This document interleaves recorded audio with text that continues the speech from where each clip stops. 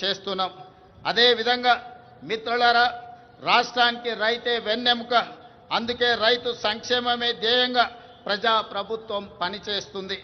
ఇచ్చిన మాట ప్రకారం ఏకకాలంలో 2 లక్షల రైతు రుణమాఫీ చేసి రైతులను రుణ విముక్తులను చేశాం.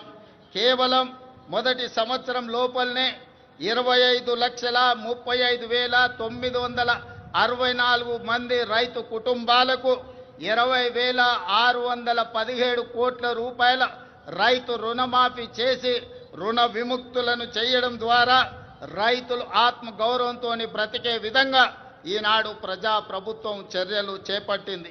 అదేవిధంగా ఈనాడు రైతులకు ఉచిత కరెంటు కోసం ప్రతి సంవత్సరం 15,333 కోట్లతో ఉచిత విద్యుత్తును అందిస్తున్నాం.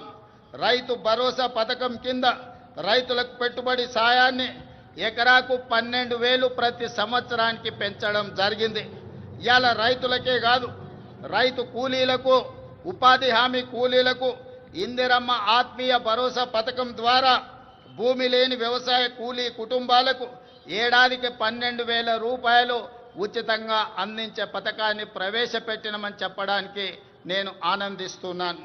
అదేవిధంగా వరి ధాన్యానికి మద్దతు ధరతో పాటు సన్న వడ్లకు 500 రూపాయల బోనస్ ఈరోజు చెల్లిస్తున్నాం. దీనివల్ల రైతులకు అదనపు ఆదాయం లభించడమే కాకుండా రాష్ట్రంలో సన్న ధాన్యం దిగుబడి భారీగా పెరిగింది.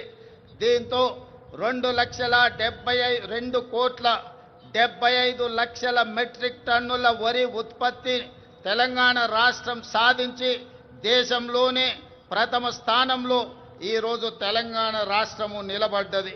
అదేవిధంగా పెరిగిన ధాన్యం ఉత్పత్తికి తగినట్టుగా రాష్ట్ర వ్యాప్తంగా 8,000 కొనుగోలు కేంద్రాలను ఏర్పాటు చేశాం.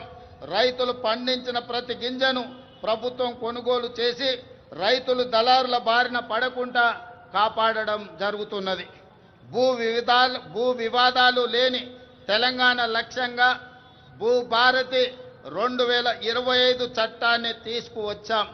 గతంలో ఉన్న ధరణి చట్టం కొద్ది మందికి చుట్టమైతే ఈనాడు భూభారతి చట్టం పేద ప్రజలందరికీ రక్షణ కల్పించే చట్టంగా మార్చి ప్రతి పేదవాడి సమస్యను పరిష్కరించి ఈరోజు అసైన్మెంట్ భూములతో పాటు అడవుల్లో ఉన్న ఆదివాసీలకి అందించిన అటవీ హక్కుల చట్టాలను అమలు చేసి వాళ్ళ భూములకు రక్షణ కల్పించే విధానాన్ని ఈనాడు భూభారతి చట్టంలో మనం తీసుకురావడం జరిగింది.